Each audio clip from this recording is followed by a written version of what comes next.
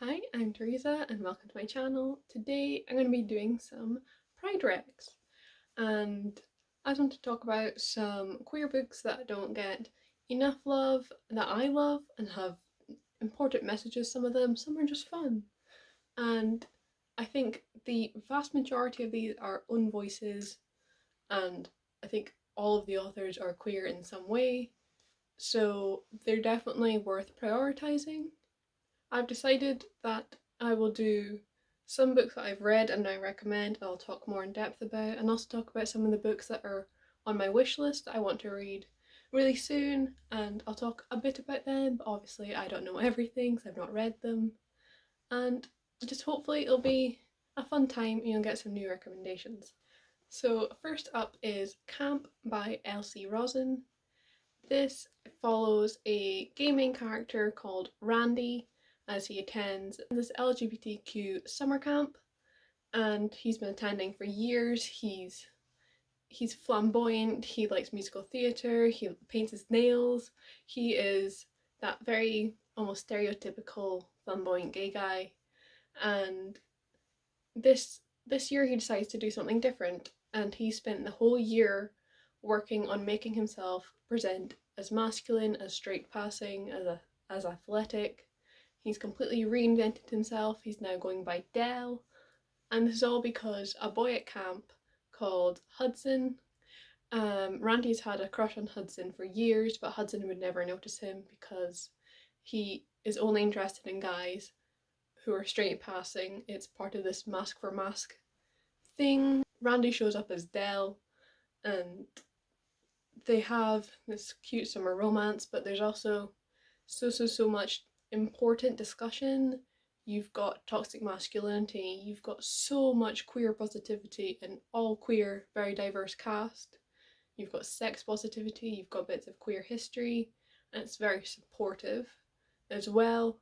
Randy is criticised by his friends for his decision to become Dell, but they support him, they let him make his own mistakes, they let him do what he wants, and then they support him afterwards, and that's just so lovely and it's important, and I just really recommend this book. It it's a joy to read, but it's also got so many important discussions and so much nuance, and I very much recommend it. This next book is actually by the same author, and that is Jack of Hearts and Other Parts. This book, same as the other one, is incredibly sex positive, and it follows a gaming character as well, and he has started writing in this kind of relationship or sex advice column for his friend, and he's still at school, so this is obviously a bit. And he starts getting these notes from a stranger, a stalker, who's not very impressed with him and his overt gayness, really. They do not like how open he is about his sexuality, how he is he's a bit of a slut, really, and he's been with many different guys, and how he's very content having all this gossip about him going around. So you've got discussions there, but in his kind of column, he's got you've got sex advice, relationship advice, and it's really just heartwarming and good and important. And it really reminds me of sex education, really. It tackles a couple things. You've got someone who might be ace, you've got the fetishization of gay men by straight girls, which is something that needs to be talked about more often and is it's discussed and it's condemned in this book, and I really appreciated that. It was very well done, well put, and it's like the other one, it's a fun book, it's a light book, but it's got these very important messages, and it's another one I recommend. Next up, we've got Music from Another World by Robin Talley. This is a historical fiction book. It is set in the late 70s in California, and it is told through the letters and diary entries of two girls. They've been matched as pen pals, and they're both from very religious Christian backgrounds. And one of them, Tammy, is a lesbian, and she's hiding this, and she's obviously, understandably, terrified because her family are very ultra homophobic. and very loudly homophobic. And you've got Sharon, whose brother's gay, and she's dealing with hiding this secret and trying to accept him. And she's also discovering the punk scene, the feminist movements that are happening in San Francisco at this time, as well as the gay rights movement. It deals with a lot of heavy subjects, heavy themes, and homophobia is not easy to read, but it is so hopeful, so affirming, and it's so powerful, and I just cannot recommend it enough. This it's a very, very good book. I very much enjoyed it. You learn bits of queer history. So at this time you've got Harvey Milk, who is campaigning for an elected official position in California that I don't understand because US politics are beyond me. But he actually later becomes the very first elected gay official in California. So it's just a very impressive time, and this is real history, and it's so fun to learn about in this format, I suppose. And it's just so important to know as well and be aware of and just remember and be proud of. And I really love it. Next up is Hideous Beauty by William Hussey. This book is gorgeous. It is this kind of thriller mystery, but with a romance at its core. And it is very, very emotional as well. You know going in that one of the main characters, I suppose, the love interest dies, and the mystery is kind of surrounding his death and how it happened, who's responsible, some of explaining away some of his like moods and weird things he's done in time leading up to his death. And this sounds very queer pain, but it's joyful as well. You've got flashbacks to their relationship, and it's just so sweet. And it also talks about some important things. One of them, which really, really resonated with me in my own experiences, was the narrative around coming out and acceptance. When we see coming out discussed in media, whether, films, TV, books, whatever, there seems to be kind of two reactions on opposite ends of the scale, and that is complete loving acceptance. It's so warm, it's so lovely, like Love, Simon as an example. And then the other end, you've got the really negative, horrible reaction. And this book was more honest than that, more realistic than that. It talks about how nowadays it's probably the most common reaction would be coming out and being met with not overt homophobia, but this kind of false sense of support and acceptance, this very, very superficial level of acceptance. And it's so much more honest, and it's an important discussion on how acceptance cannot be superficial. You cannot accept parts of someone or only accept someone if they behave in a certain way. You have to accept someone entirely, and you have to do it on their terms. And it's such an important discussion, and it's so much more relevant to people's experiences, I think, in a lot of the world, in a lot of different people's experiences nowadays, and definitely my own as well.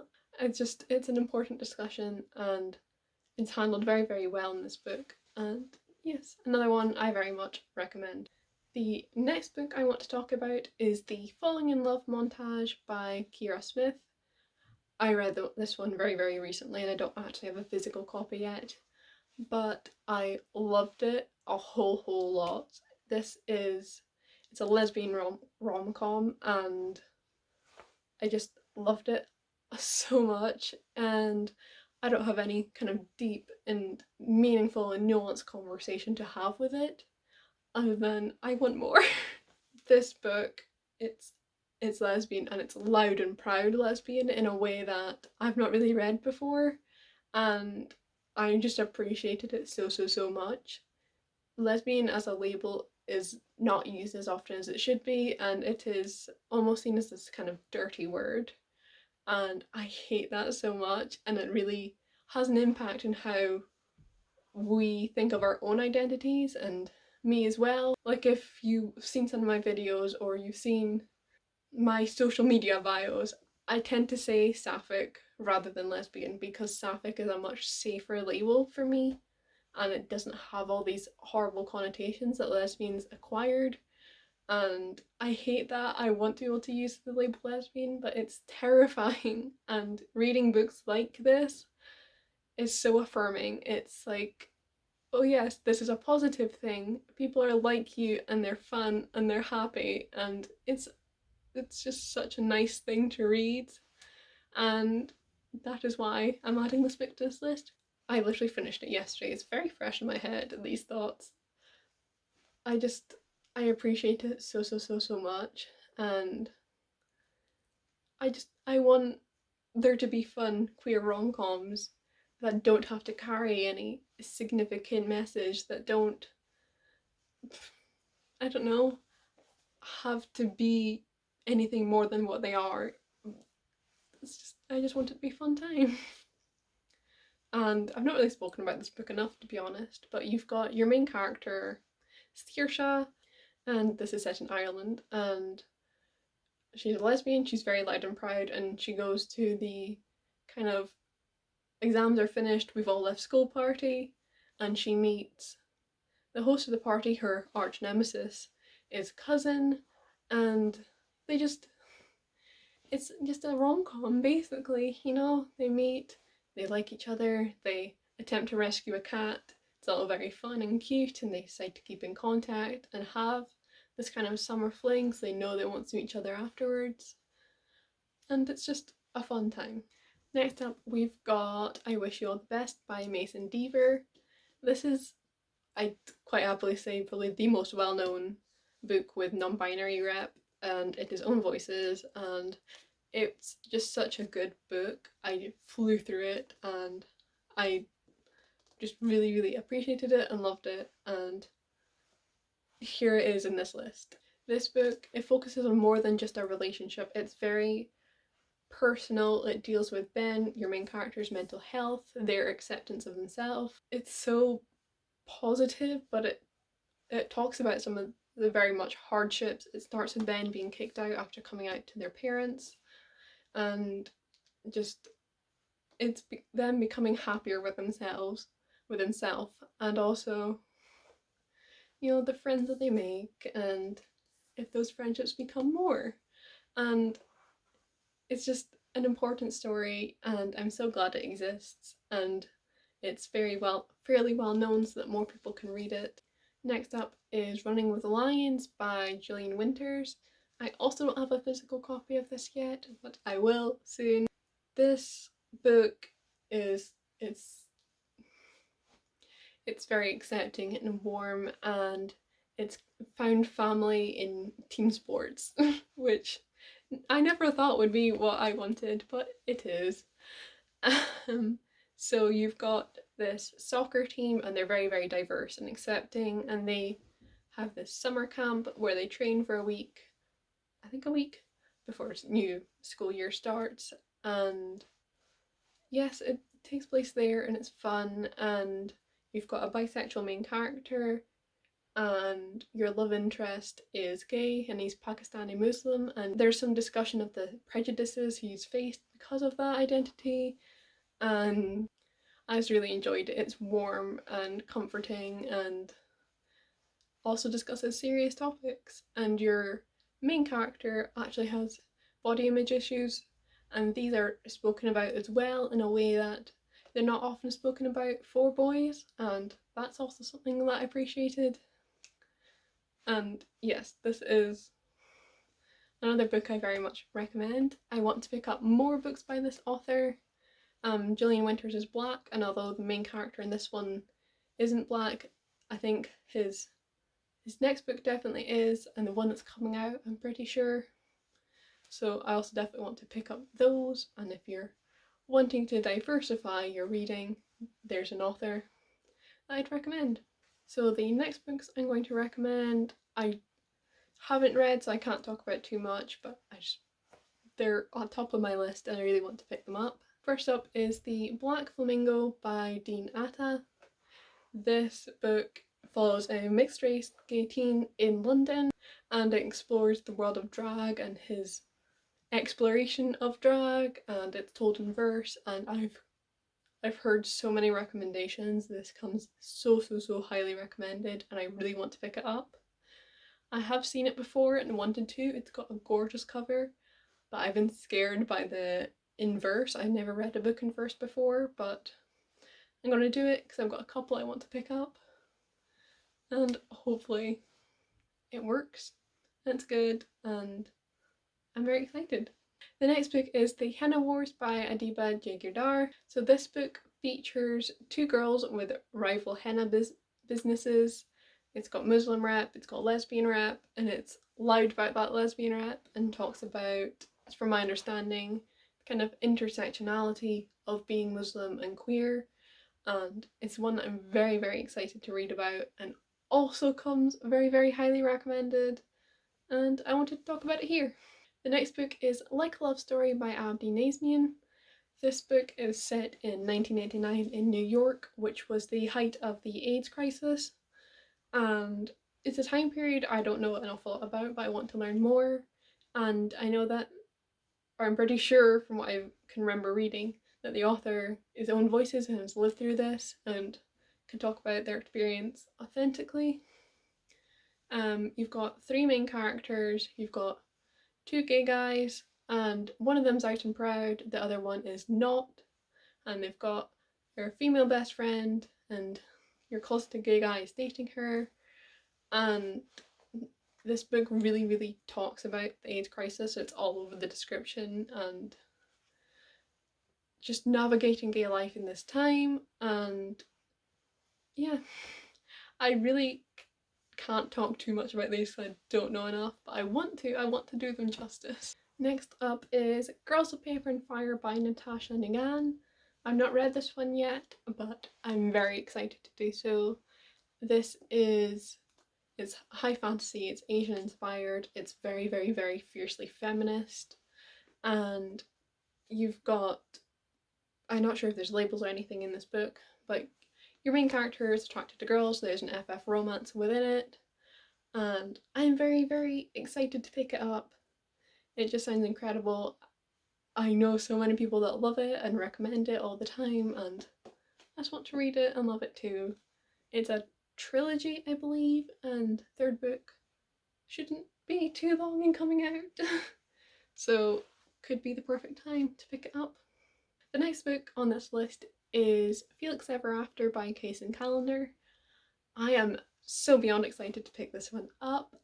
You've got as a main character a queer, gay, black teen, and its own voices, and I'm just very excited about it. I remember when the cover was announced, seeing it and seeing Felix on the cover with top surgery scars and just thinking, damn, like, that's so impressive to have on a book cover. I love covers that are so openly queer, openly trans. Like, it just makes me so happy that that's a thing that we can do now, and I'm very excited to read this one. It's set in high school, and obviously I don't know completely everything, but Felix's dead name is posted and he starts getting transphobic messages, and there's a bit of a mystery surrounding figuring that out, but there's also a bit of romance and just an exploration of identity, and I'm very excited to pick it up. Okay, the final one on this list is Lovelace by Alice Oseman.